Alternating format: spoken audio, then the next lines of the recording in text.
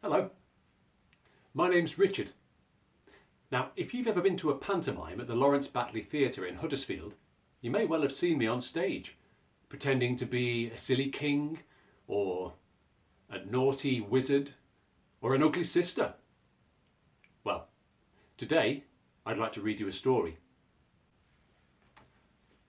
This book is called Dave the Lonely Monster. It's written by Anna Kemp and has pictures by Sarah Ogilvie. Are you ready? Then I'll begin. Once upon a time, in a retirement cave, lived a lonely monster. His name was Dave. In his bad old days, he'd been a pest. He'd romped, he'd roared, he'd made a mess. Till folks who like things nice and neat, and don't like monsters on their street, banished Dave to Echo Rock, lonesome as a single sock. Poor Dave. And there he stayed, for 6 decades, just Dave and his guitar, strumming songs no one could hear, from dusk till the morning star. And even worse, the local knights would try and get old Dave to fight by laughing at his toothy grin, his wonky ears and scaly skin. But Dave would never hurt a flea. He's not the fighting sort, you see. He'd rather play some rock and roll or take a bath to soothe the soul.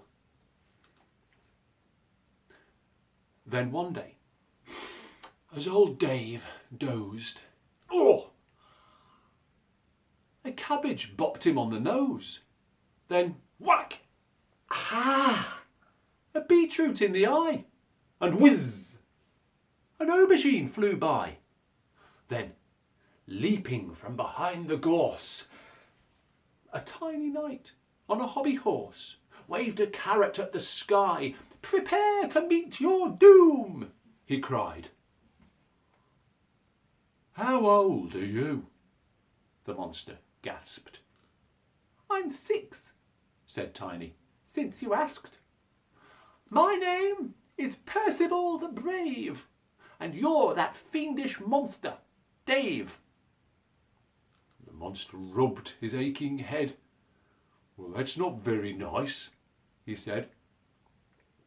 "Don't you know, a proper knight is always kindly and polite? And though I might look fierce to you, we monstrous beasts have feelings too."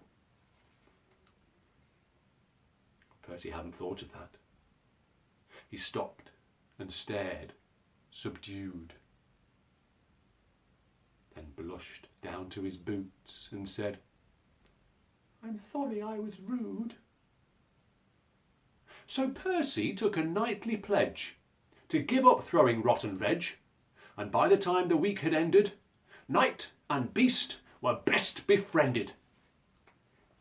They shared a taste in Monster Rock, took a spin around the block, watched the jousting on TV. At last, old Dave had company. But back in town, across the bay, folks got grumpier by the day.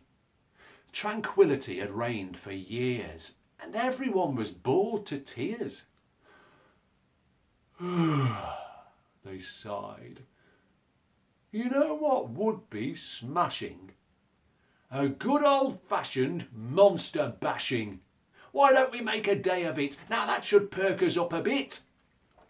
And so they grabbed some mushy fruits, some rotten veg and mouldy roots, and headed out to Echo Rock, where Dave was knitting winter socks. Then, just as they were taking aim, a furious knight with eyes aflame came charging through the swelling crowd. "Knock it off!" he cried aloud. "What's this nonsense? Can't you behave? Is this any way to treat old Dave? He may rock out from time to time, but is that really such a crime? Now, Chuck out those potato peelings and spare a thought for old Dave's feelings. The townsfolk all looked mighty humbled. We didn't mean it, Dave, they mumbled. Dave smiled and shook his massive head. If you really want some fun, he said, then put away the salad bar and let me fetch me bass guitar. And so they went down into the cave and had themselves a monster rave. They danced and sang and danced some more, bust some moves on Dave's dance floor, had a riot, learned to jive, and got more monster in their lives. So old Dave got his groove back on and was alone no more, thanks to a fiercely gentle knight who knew that he would rather fight for love and peace, not war. Did you enjoy that story? It's one of my favourites. I think I might go and practice my guitar. What are you going to do with your day? Oh, that sounds fun. Well, enjoy yourselves, look after each other, and I'll see you soon. Bye-bye.